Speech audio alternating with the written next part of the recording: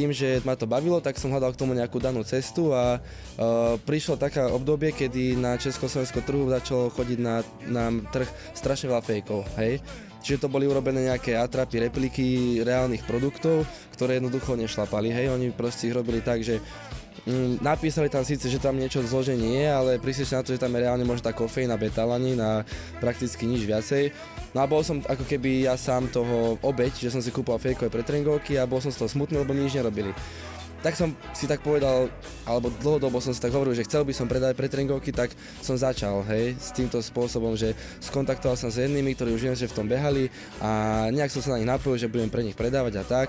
A to bolo to Nasyp sa SK? Hej, to bolo dávno vyššie to. Hej, a tak som začal, lenže s tým, že tam som vedel tiež stále, že mali niektoré pretréningovky, ktoré neboli real, ale boli fake, čiže veľa ľuďom som písal aj rovno s tým, že tieto si radšej nekupujte, neodporúčam, lebo sú akože toto, keď si to kúpu niekto, mne to bolo jedno a dal som upozornenie, nejaký disclaimer.